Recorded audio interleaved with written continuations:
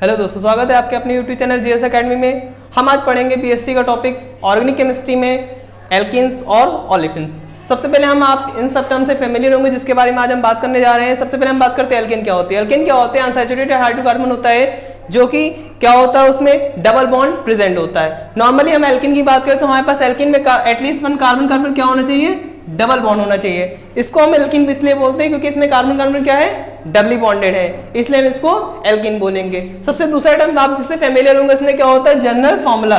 तो journal formula इसका alkene का क्या होता है? जनरल फॉर्मूला एल्किन का होता है CnH2n, ये होता है। इसके लास्ट में जो हम लोग सफिक्स लगाते हैं, सफिक्स क्या लगाते हैं? सफिक्स लगाएंगे ENE।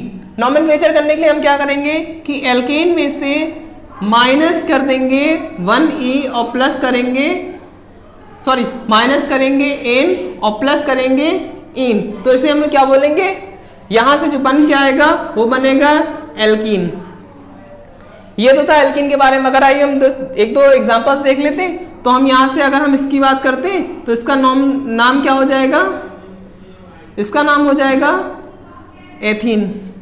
और अगर हम इसकी बात कर रहे हैं CH2 डबल बॉन्ड CH और CH3, तो इसका नाम हो जाएगा प्रोपीन। ठीक, तो ये था हमारे पास एल्कीन के एग्जांपल्स जिसमें हमने ये पढ़ा था एथीन और प्रोपीन। तो हमको मेन पढ़ना है एल्कीन का, हमको किस तरह से हम इसकी प्रिपरेशन कर सकते हैं, किस तरह से इसकी प्रॉपर्टीज होती है एल्कीन की। या हम बात करते हैं एल्कीन के बारे में। एल्कीन जो होती हैं जनरली दो टाइप की होती हैं। दो टाइप में कौन कौन सी होंगी? एक तो टर्मिनल एल्कीन होंगी, टर्मिनल एल्कीन। दूसरी हमारे पास एल्कीन जो होती है उसको हम लोग बोलते हैं इंटरनल एल्कीन। Internal alkene. तो दो टाइप की टर्मिनल एल्कीन और इंटरनल। टर्मिनल एल्कीन क्या होते हैं? जैसे जो हमारी एल्कीन क्या होते हैं? साइड में आती हैं, मतलब डबल बॉन्ड अगर जो है साइड में आएगा तो उसे हम लोग बोलेंगे टर्मिनल एल्कीन। इंटरनल एल्कीन हमारे पास कौन सी होती है? जिसमें डबल बॉन्ड क्या होता है? बीच में आता है। जैसे हम अगर इसकी बात करते हैं तो इसका एग्जांपल हमारे पास क्या है? ये है। ठीक, ये हमारे पास क्या है? टर्मिनल एल्कीन, क्योंकि इसमें डबल बॉन्ड क्या हो रहा है? साइड में आ रहा है। और ये हमारे पास क्या है? इंटरनल एल्कीन, जिसमें डबल बॉन्ड क्या हो रहा है? बिल्कुल बीचों बीच में आ रहा है। इसलिए हम इसको क्या बोलेंगे? एक को टर्मिनल बोले, दूसरे को इंटरनल। अब हम बात करें टर्मिनल एल्कीन। टर्मिनल एल्कीन जो होती है हमारे पास दो टाइप से होती है। टर्मिनल एल्कीन जो दो टाइप की होती है, एक तो पहला होता है सिमेट्रिकल एल्कीन। दूसरा हमारे पास क्या होता है? एसिमेट्रिकल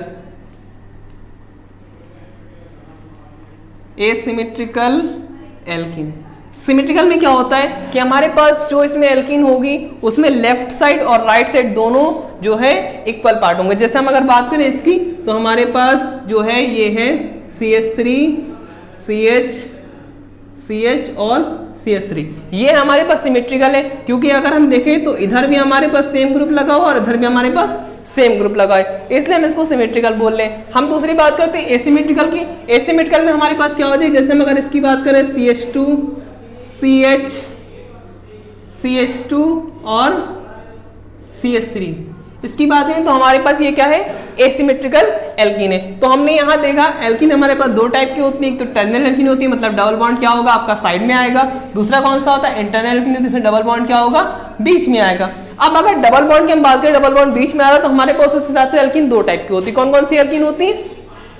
सबसे पहले हमारे पास एल्कीन होती है एसिमेट्रिकल, दूसरी हमारे पास होती है सिमेट्रिकल। सिमेट्रिकल में क्या होता है? हमारे पास दोनों डबल बॉन्ड के पास में जो साइड में ग्रुप लगा होगा वो हमारे पास क्या होगा? सेम होगा।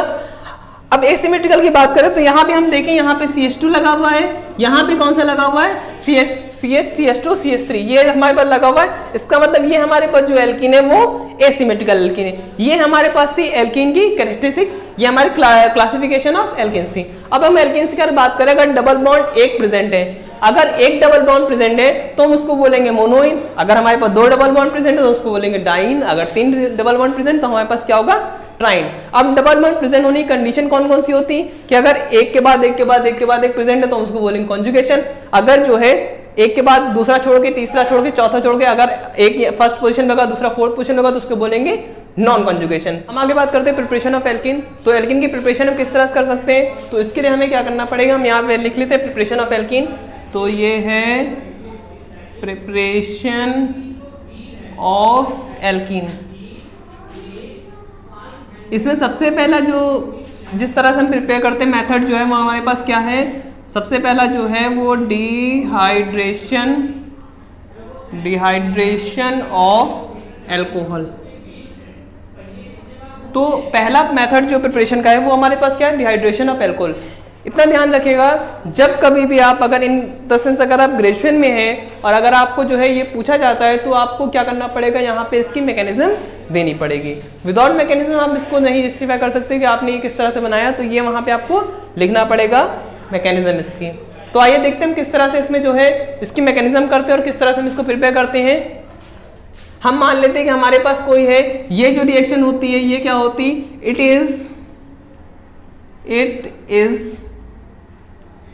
एसिड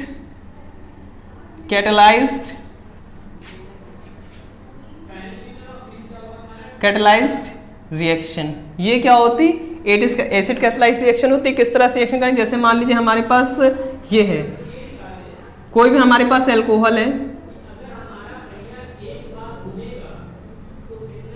ठीक, और उसमें हमने क्या डाल दिया, थोड़ा सा एसिड डाल दिया, जो कि हम इसको इस तरह लिख सकते हैं H2SO4 सल्फ्यूरिक एसिड डालेंगे तो हमारे पास प्रोडक्ट जो बन के आएगा वो हमारे पास क्या आएगा, CH2 डबल बॉन्ड CH2। तो हमारे पास जो ये प्रोडक्ट बन रहा है, प्रोडक्ट ये हमारे पास किससे बन रहा है, इथाइल अल्कोहल से। ये हमारा इससे ये प्रोडक्ट वेरिएंट बन रहा है। आइए हम देखते हैं इसके किस तरह से इसकी मैकेनिज्म है जिससे ये प्रोडक्ट फॉर्मेशन हो रहा था। हम यहां लिख लेते हैं मैकेनिज्म। इसमें किस तरह, सबसे पहले हम इथाइल अल्कोहल लेंगे, तो हम इथाइल अल्कोहल लेंगे तो ये हमारे पास इथाइल अल्कोहल होगा CH3 CH2 और ये OH आ जाएगा। अब उसके बाद हम यहाँ पे क्या लेंगे, H+ लेंगे, क्योंकि हमारा एसिड कैटलाइज्ड रिएक्शन, तो हम यहाँ पे कैटलिस्ट यूज करेंगे एज अ एसिड। अब यहाँ पे क्या होगा कि ऑक्सीजन के पास, हम जानते हैं ऑक्सीजन के पास क्या होता है, 2 लोन पेयर इलेक्ट्रॉन होता है। तो यहाँ पे क्या होगा, इसके पास H+ और यहाँ से क्या हो जाएगा, ये इस पे ऐसे अटैक करेगा। जैसे इसने अटैक किया तो यहाँ से क्या हो जाएगा, CH3 CH2 और यहाँ से क्या होगा, ये आपका ये H और ये H। हमारे पास ऑक्सीजन की वैलेंसी डिस्टर्ब हो गई, जैसे इसकी वैलेंसी डिस्टर्ब, इसके पास कैसे चार्ज आ गया, प्लस चार्ज आ गया। इस स्टेप को हम लोग बोलते हैं प्रोटोनेशन। क्यों, क्योंकि ये हमारे पास जो H+ होता है इसको हम लोग बोलते हैं proton. In the chemical language में इसको हम लोग प्रोटॉन बोलते हैं, जिसमें क्या होता है, इसको हम लोग इस स्टेप को बोलते हैं प्रोटोनेशन। अब यहाँ से जैसे H+ आया तो यहाँ से क्या हो जाएगा, क्या बन गया, यहाँ पे एक ये मॉलिक्यूल बन गया, जो ये मॉलिक्यूल था वो क्या था, अनस्टेबल था। जैसे अनस्टेबल मॉलिक्यूल बना वैसे क्या होगा, यहाँ से क्या निकल गया, -H2O। -H2O जहाँ से निकलता है, अगर वाटर निकल रहा तो उस स्टेप को हम लोग बोलेंगे डिहाइड्रेशन। यहाँ पे क्या हो रहा है, वाटर मॉलिक्यूल निकल रहा है, इसका मतलब इस स्टेप को हम क्या बोले, डिहाइड्रेशन। अब जैसे डिहाइड्रेशन हुआ वैसे यहाँ पे क्या आ गया, CH3 और CH2।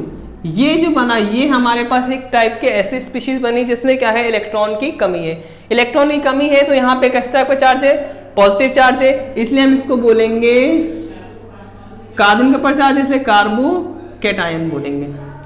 कार्बोकैटायन हमारे पास 3 टाइप के होते हैं जो कि हम आगे पढ़ेंगे, प्राइमरी कार्बोकैटायन, सेकेंडरी कार्बोकैटायन और टर्शियरी कार्बोकैटायन। ये हमारे पास जिस टाइप का बना उसको हम लोग बोल रहे हैं प्राइमरी कार्बोकैटायन। यहाँ तक कि हमारा स्टेप कंप्लीट हो गया, ठीक। अब हम स्टेप 2 स्टार्ट करते हैं। तो स्टेप 2 में क्या होता है कि स्टेप 2 में जो है वो अगेन हमारे पास यहाँ पे क्या होता है, डीप्रोटोनेशन होता है। किस तरह से होता है कि हम यहाँ से जो होता है,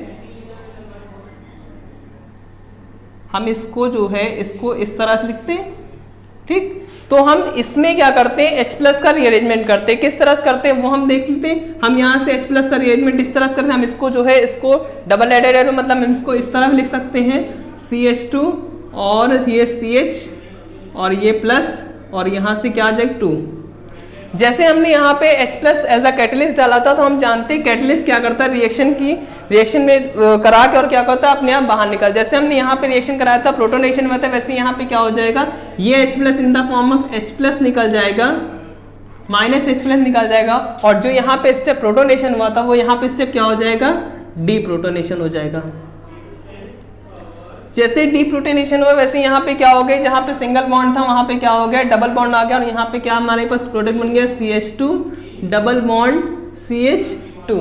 ये मैकेनिज्म होती है जो कि हमारे पास लास्ट में जो ये प्रोडक्ट बना है, देखिए सिमिलर टू इसी तरह सिमिलर बना है, इसका नाम हमारे पास हो जाएगा एथीन। एथीन ये हमारे पास जो प्रोडक्ट बना है, ये हम जो मैकेनिज्म करते हैं इसमें बहुत सारे फैक्ट इन्वॉल्व है, बहुत सारे इसमें कार्बोकेटायन है और कार्बन एनायन, किसी रिएक्शन में हमारे पास कार्बोकेटायन होगा, किसी में कार्बन एनायन होगा, किसी में बेंजाइन होगा, बहुत सारे इंटरमीडिएट बनते हैं, जो कि इसको करने के लिए हमारे पास बहुत सारी जो है बेसिक नॉलेज पता होना चाहिए, तभी हम जाके इस मैकेनिज्म को कर पाते हैं कि हमारे पास पता हमारे पास कौन सा इलेक्ट्रोनेगेटिव एटम जुड़ा हुआ है या इलेक्ट्रोपॉजिटिव एटम जुड़ा हुआ है। तो ये हमारी इसकी मैकेनिज्म क्या हुई, खत्म हुई। आगे हम बात करें इसकी दूसरी मैकेनिज्म, नेक्स्ट एग्जांपल की बात करें इसी का।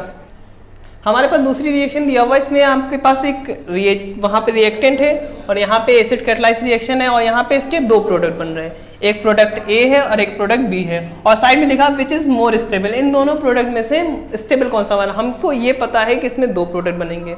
अब दो प्रोडक्ट कैसे बनेंगे, हम कैसे इस रिएक्शन में देखेंगे कैसे प्राइमरी कार्बोकेटायन से सेकेंडरी कार्बोकेटायन में चेंज होता है, और कैसे यहाँ पे हम दो अलग अलग प्रोडक्ट को बना सकते हैं। तो आइए देखते हैं, हम स्टार्ट करते हैं इसकी मैकेनिज्म से। मैकेनिज्म इसकी क्या हो जाएगी, यहाँ से मैकेनिज्म में क्या होगा, सबसे पहले हम इसको लेंगे, ये हमारे पास लिखा हुआ है CH3 CH2 CH2 और CH2 और यहाँ पे OH, ये हम इसको मेंशन कर दिया। अब यहाँ से क्या होगा, सबसे पहले स्टेप हमारे पास वही है जिससे हमने पहले किया था, प्रोटोनेशन। हम यहाँ पे लिख लेते हैं प्रोटोनेशन, एसिड कैटालाइज रिएक्शन है, यहाँ प्रोटोनेशन होगा। जैसे प्रोटोनेशन होगा तो हमारे पास क्या बन जाएगा, कैनेस्टेबल प्रोडक्ट बन जाएगा, CH3 CH2 CH2 जैसे था वैसे कर लेंगे, खाली हम लास्ट स्टेप में चेंज कर देंगे CH2, और यहाँ से क्या आ जाएगा O, और ये यहाँ पे आ जाएगा H। ये आया बना हमारे पास अनस्टेबल। जैसे अनस्टेबल बना, यहाँ से क्या हो जाएगा, यहाँ से निकल जाएगा वाटर मॉलिक्यूल, ये ऐसे निकल गया, और यहाँ से निकल के गया यहाँ पे -H2O, जिसको हम लोग बोलेंगे डिहाइड्रेशन। ठीक, डिहाइड्रेशन में यहाँ पे जैसे यहाँ से ये निकल के जाएगा, इसकी इलेक्ट्रोनेगेटिविटी कम है, इसकी इलेक्ट्रोनेगेटिविटी ज़्यादा है, तो यहाँ पे क्या आ जाएगा, प्लस चार्ज आ जाएगा।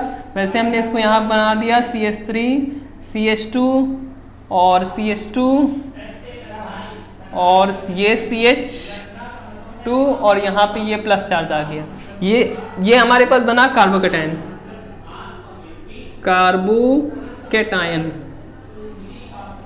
कार्बोकेटायन कौन सा बना, हम ये देख लेते हैं। ये 1 2 3 4 ब्यूटेन, तो ये हमारे पास ब्यूटाइल कार्बोकेटायन बना।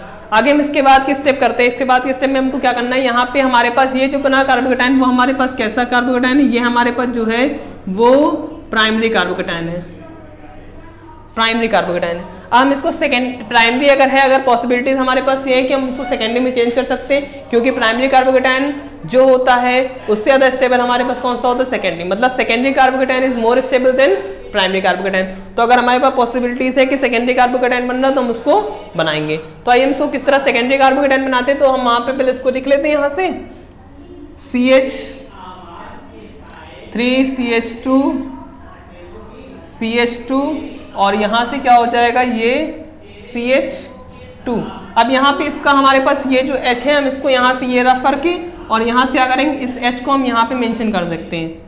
ये H को हम इस तरह मेंशन कर दिए, एक हमारे पास ये, इस तरह हमारे पास ये, और यहाँ पे क्या था, प्लस चार्ज लगा था। हम प्राइमरी सेकेंडरी में किस तरह बनाएंगे, तो हम यहाँ से ये पूरा जो हाइड्रोजन है यहाँ पे उठा के इसको यहाँ से शिफ्ट कर देंगे। तो हम इसके लिए हम एरो अलग शिफ्टिंग का जो हमारे पास एरो होता है, हमने 12th क्लास में पढ़ा था, हमारे पास शिफ्टिंग का जो एरो होता है वो कुछ इस तरह से होता है। तो इसको लिखेंगे 1 2 हाइड्राइड शिफ्ट,